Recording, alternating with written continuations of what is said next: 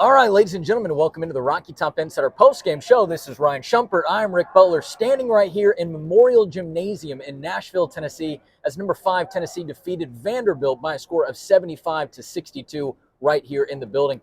Ryan, this was a very back-and-forth first half. Then Tennessee came out and erupted, had a dominant second half to propel themselves to the victory. Just what was your biggest takeaway from today's game? Another addition on the Dalton Knecht road tour. Another massive performance by him. You know, he was good in the first half, 11 points. You know, another solid first half performance, was probably Tennessee's best scorer. And then in the second half, he explodes. At one point, he scores 12 straight points for Tennessee. The last 3 points came on a three-pointer that put Tennessee up by 3 and sparked a 10-0 run. From that point on, Vanderbilt maybe got it to 8 again, but Vanderbilt never made another run. Yeah. And Tennessee was at a comfortable lead, and they really coasted the rest of the way. And just another dominant, fantastic Dalton Knecht performance. Yeah, it is. You know, I was thinking about this while we were sort of waiting for some of the post-game interviews to go on. But, you know, we cover the team. We see them nearly every single day. We watch the practices. We're at the games. It almost feels repetitive to continue talking about Dalton Knecht's big streak. But at the end of the day, that is the storyline. That is what's going on in college basketball. He's doing something that not many, if really any other players, are doing across the sport right now, at least in this specific 5-game stretch. So he has been phenomenal. And again, he's doing it in a variety of different ways for this Tennessee basketball team. No doubt about it. And you're right. It's, you know, starting to become hard to write about, trying to figure out different angles and such to talk about it. But, I mean, it's, you know, at the same time, it's a pleasure or, you know, a treat to watch him play all the time. Just, again, the unbelievable ways he can score. And, you know, he shoots so well. He entered this game shooting at 40% from 3. Probably went down a little bit. I think he made 2 of 6 threes, something like that tonight. But it's just a way that he can just score in such a diversity of ways, coming off curls, hitting shots in the mid-range, pulling up in the mid-range, getting to the basket. I mean, it's almost to the point, to me, it kind of feels like he's almost, if not better, more comfortable getting to his left hand and finishing with that at the basket as opposed to his right hand. And now Vanderbilt's not a very big team. I think 6'8" was probably the biggest guy they played. But when the big man was there and helped tonight, it just didn't really seem to matter. He was able to finish over guys.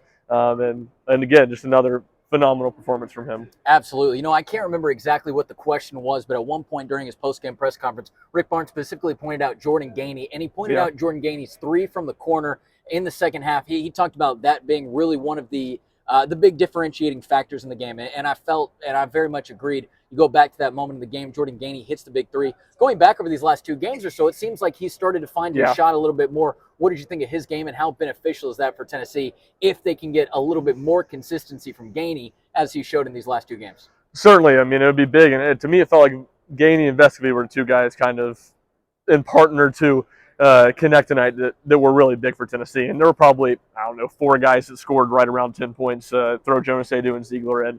But those were the 2 guys that I felt like hit some really timely shots. And no, I mean, it's big. It's why, you know, you don't give up on players in the middle of the season. Jordan Gainey, Tennessee doesn't need him to play 25 minutes a night, but he brings something off the bench that they don't have, which is that he can be, when his shot's going, he can shoot the ball really well. He can be a spark. And that's kind of what they need from, you know, the off-ball spot off the bench. Jermaine Mashak's an elite defender, certainly shooting it better this season, but not really a pure sharpshooter. Freddie DeLeon's not that either. When he plays, obviously a little bit lesser minutes, and that's what Gainey brings. And he hit some big shots for Tennessee. I think he hit one really right when he checked in tonight. And like you said, Rick Barnes called it one of the biggest shots or one of the big turning points of the night as Tennessee kind of started to take control early in the second half. Yeah, and it certainly was. Ryan, one of the things, kind of correct me where I'm wrong here if you think so, but one of the things I was thinking about with this game was just sort of Tennessee's proven ability to be able to play I was almost going to say 4 quarters, not football season, but a 2-half game, right? Even in some of the losses, 4 losses on the season, I believe. That North Carolina game, Tennessee was able to make a strong comeback in the second half. The Mississippi State game, same thing. Georgia was back and forth throughout the game. But what do you sort of make of just Tennessee's ability to play 2-half basketball? It's tough to beat Tennessee when they're able to play their game for, you know, a good stretch of time. Certainly. I mean, you look at those 4 losses, and you mentioned Mississippi State, North Carolina, great second halves. They just dug themselves too big of holes in the first half. And, you know, it's what you expect because this is a veteran team. You expect them not to give up, to have different ways to find answers and respond. That doesn't make it a given, though. And it's not a given because you don't necessarily have all the weapons or all the ability to respond. And that's where, again, I think Dalton Knecht. I think this team hasn't, you know, had quit or not tenaciousness in the past or anything like that. Like they've given up.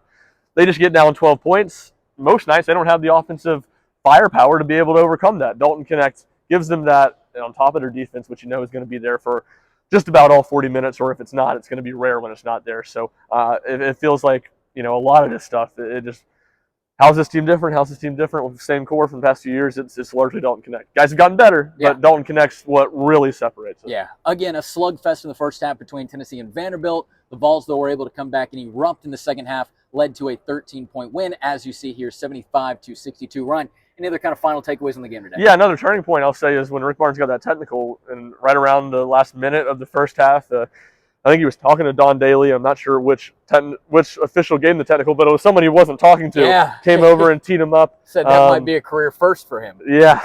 So, that Vanderbilt comes right back after that. I think they'd called a shooting foul and a goaltending on the play before. The goaltending got wiped off. Wasn't goaltending. Looked like a pretty soft shooting foul, which I think maybe was more what Rick Barnes was arguing. So Ezra Mannion shoots 4 free throws. He makes all 4. Vanderbilt goes up by 9. Again, that felt like a turning point. That was Tennessee's biggest deficit. Tennessee ends the first half on a 4-0 run. I think it scored, it's got 2 scores and 2 stops to end the first half. That got it right back into really narrow striking distance where within the first 4 minutes of the second half, I think the game was tied. So I thought that was a big turning point, and really the way Tennessee into the second half was just huge in this game. Yeah, if you're watching this video right now, you're watching on the RTI YouTube account, by the way, nice make. If you're watching it, just go click over to Rick Barnes' press conference. You can find it. It's about 2 or 3 minutes in. He's asked just if he got any kind of explanation about that technical foul, and I won't give it away, but the response is pretty good. So you can go and check that out over there. He also said maybe a career first that he's ever been hit with a technical foul by one of the officials that he was not talking to, somebody out in the distance. So certainly an eventful game for Tennessee. There was also a moment at one point, everybody remembers this who watched the game, but at one point Santiago Vescovi gets called for a hook and hold. Yeah, that was a big turning point too. Review it, and then they come out on the other side. Santiago Vescovi is now shooting free throws for a Vanderbilt hook and hold. So something you don't see every day, an odd situation, but again, another turning point. Yeah, no, even, stranger or funnier than that, I think Tennessee's up by 4 or 5 at that point. So they'd taken the lead and were kind of in control, but the game certainly far from, again, we said it in the first half, a couple of Vanderbilt baskets games tied again. It was called a foul on Vescovi.